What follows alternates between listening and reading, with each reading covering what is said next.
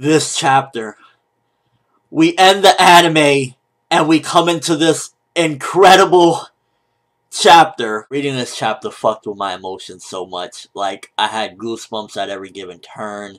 It was just absolutely out of the park. And, you know, ending the anime and coming into this chapter was just fucking brilliant. All hail Hajime Isayama, the youngest, most amazing mangaka out there. So we start off with what would be foreshadowing for later parts of the chapter, with pretty much Mikasa and Eren and the mom there. The mom saying, yo, Eren, you gotta grow some balls, you need to protect Mikasa. And brilliantly done, because I was figuring much, okay, there must be something to do with the chapter and later events, and it was so touching at that. Alright, so Ymir saying that it's inevitable there will be hell within the walls. That got me thinking already that the serious threat, whether it has something to do with the Hairy Titan or something even beyond his control, is going to eventually come into the walls, and possibly that's why Reiner and Bertolt went and tried to destroy and kill everyone back then, because maybe the real threat is going to torture everybody and turn them into slaves, maybe turn them into titans, and Reiner and Bertolt said, well, fuck it, you know, if that's gonna happen to them, we might as well go kill them now, just put them out of their misery, so that way they don't have to go through whatever's gonna happen to them, whether they turn into titans themselves, they become slaves, they get tortured, because Ymir seems convinced that whatever's going to happen is going to happen within the walls, and it's gonna be hell. And that could be a clear motive as to why Reiner and Bertolt did what they did. As gruesome as it may have been, they just wanted to put them out of their misery, kill them before they had to go through hell. We got more Krista and Ymir stuff in this chapter, and it's clear as day that they're like BFFs, they love each other. Maybe, who knows, Ymir kind of looks butch, maybe they're gay for each other. No, in all seriousness, I think that they just have a serious bond because both of them have some very identical past. Now, once again in this chapter, Commander Erwin was pretty much saying, yo, we need to get Eren at all costs and get out of here. And I'm really starting to think that Erwin knows way more than he's leading on. I think that he possibly knew what was going to happen in this chapter. Well, not he knew what was going to happen, but I think he knows about Eren and the depth of his power. I think he knows a lot more than what he's saying and how he's acting. I think he definitely knows, because his desperation to get Eren, even if it meant last chapter bringing all the Titans, maybe he knew, well, I could bring all these Titans, and if the moment is right, Eren might be able to control them and do what he does. So it's a possibility that Erwin is very knowledgeable about things, and maybe he has a big key to some of this stuff. Oh, by the way, my bad for fucking up on the last chapter with his survival. Last time I read manga on my phone, check. And then we get to one of the big bombshells of the chapter, Honza'S Death. You know, I gave him hell back in the day when the series first started for pretty much running away and taking the kids. And at the end of the day, the way this was handled, it felt like real life, the way things really happen. Sometimes you're not always going to be the hero. You're not always going to be able to rescue people. And it was clearly displayed within this chapter. And I love the way Isayama displays it in such a nonchalant way. He always does it. He doesn't drum it up. He doesn't make it like, you know, the big moment is here. No, he does it very nonchalant, just how he did the reveal of Reiner and Bertolt, and just how he did with this chapter with Honza'S Death. Is one minute he's fighting the Titan with the smile, next minute we see the Titan about to eat him. God damn you, Isayama. Stop fucking with my emotions, please. Although I did say a few reviews back that I felt as though the death flag was being risen for Hans, pretty much that, you know, it seems as though they're building up that he might die soon, and this was a very fitting death of how it went. And as much as I would have loved to see Hans get his revenge and whatnot, and finally save these kids from this monster that terrorized him all those years ago, things just don't always work out that way. That's Attack on Titan for you. But nonetheless, manly as ever, went out like that. R.I.P. Hans, you'll be missed. And we don't get an emotional break after that, because shortly after, we get this incredible thank you speech from Mikasa to Eren, because Eren at that point is broken, and that was the most appropriate time to do it. And it just really showcases exactly why Mikasa is so Eren-centric, and why mainly her whole personality is derived around him. He gave her a reason to live after she was pretty much done with her entire life. And the scarf is symbolism of him pretty much giving her that hope, wrapping hope around her, and pretty much making her want to live. And that scene gave me goosebumps when she was thanking him, and it's just like, this is true friendship and true love right there. Whatever type of love it may be. Now, I want to note something, because a lot of people were complaining about the last episode of Attack on Titan when Eren went into that fiery mode. This chapter, when Eren was about to punch the smiling Titan, his hand was on fire. Can you say anime foreshadowing these events? I said it before and I'll say it again. Hajime Isayama was working very closely with the studio when they were producing this. I wouldn't be surprised if he told them, yo,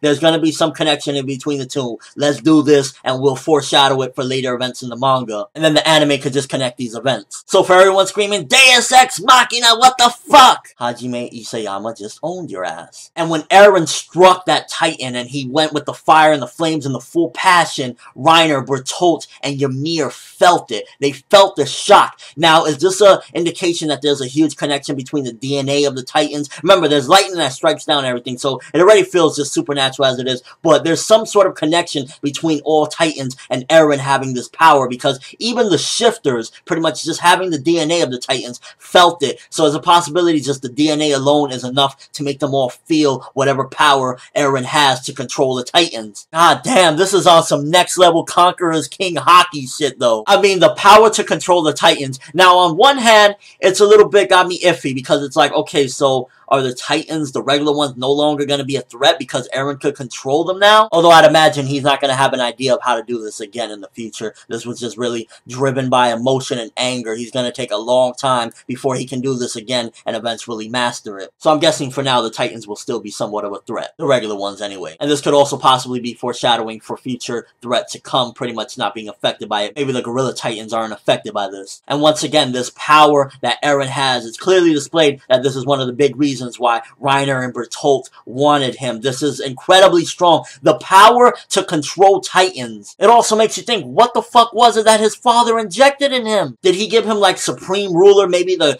King Titan DNA that he's able to do this? Conqueror's King Titan? The thing about it is though, is that Reiner was basically saying that this power fell into the worst possible hands in the worst possible place right now. So it's like, he doesn't want Eren to be able to control. Is he that defeated that he thinks that Eren, the one person that wants to kill all Titans, shouldn't have this power? Maybe he thinks that it's too ironic that the person that hates all the Titans can now control them? And he says we need to get this power back. Does he mean that we need to get Eren back? Or does he mean that we need the DNA back? Maybe Grisha, Eren's father, actually stole this DNA from them, and that's what he's saying, that we need to get this DNA back. Where the fuck is that motherfucker already? And what's in the basement? Oh my god, it's too much greatness! And he said in this location it being bad too, was he referring to the Titans being around, just like a load of Titans, and that, you know, they were fearing for their lives in a way, like, holy shit, there's too many Titans, we can't handle it? Or did he mean that they were nearby, maybe the Gorilla Kingdom? Again, I'm just assuming that there's a kingdom of these hairy gorillas. I might be totally out of it. And then Eren shows greatness and shows why he could possibly be a favorite character of mine because of that threat where he says, don't fucking follow us, I'm gonna fucking kill you! That hatred. That sweet and utter great hatred. Then he sends Titans at them with no fucking mercy. Like, I don't give a fuck. Like, how the hell are they even gonna survive that? The Colossus and the armor. Like, the Colossus, all he is just a big motherfucker. Like, maybe I guess he could turn big and, like, stomp on them or something, but that's even if he gets the opportunity. Pretty much after that, they never follow them anyway, so it's like, I wonder how they get unscathed from this. Maybe they'll take a fatal blow where they won't be able to heal whatsoever after this blow. Because we don't even know to what extent do they heal. Like, how much can they possibly heal? Maybe one of them won't make it out alive from this. And also, going back to the Smiling Titan after it was pretty much devoured by all the Titans, I'm wondering, was that actually a shifter? Was that just a normal Titan? Because it kind of just panned away slowly, like, on the sneak tip, like, yo, we're just gonna pan off, it got eaten. But was there somebody possibly inside that got away while the Titans were eating the body of the, you know, Smiling Titan? And yeah, my Armin theory was way out there, but I'm hearing some theories that it might have been one of Annie's comrades. You never know. And that shit was just freaking hilarious. Bertolt looking like some, I don't even know, when they were coming after him and he just said,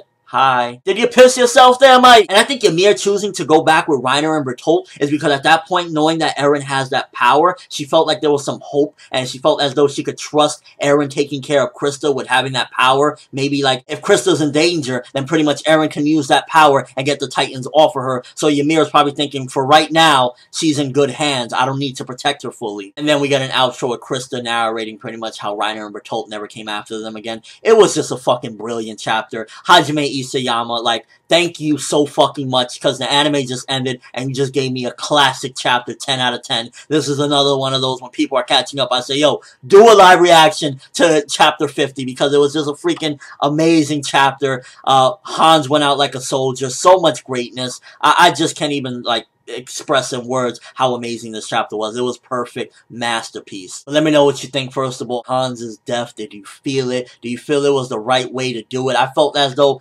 Attack on Titan is unique, and that was a unique, nonchalant, but very gory death, and it was the way it had to be. Also, this power to control the Titans that Eren has, what do you think it means for the future of the series? First of all, do you think he's going to be immediately able to control this and control all the Titans at will now? And also, do you think that's going to deteriorate, in a way, the threat of, like, the Titans being around if Eren can just simply say, yo, fuck off? And also, that Titan, do you think that it was a shifter that just got away after all the Titans jumped on it? Let me know in the comment section below and your overall thoughts of Attack on Titan Chapter 50, this amazingness that we were granted. But that's all I have for this review. Thanks for watching. Hope you enjoyed. Thumbs up one last time for Hans and that very tragic but manly and heroic death, because even though he didn't save them, he gave Eren the motivation to save them. So I think that's more important than anything above all. I'm ForneverWorld, and as always, people, have an awesome day.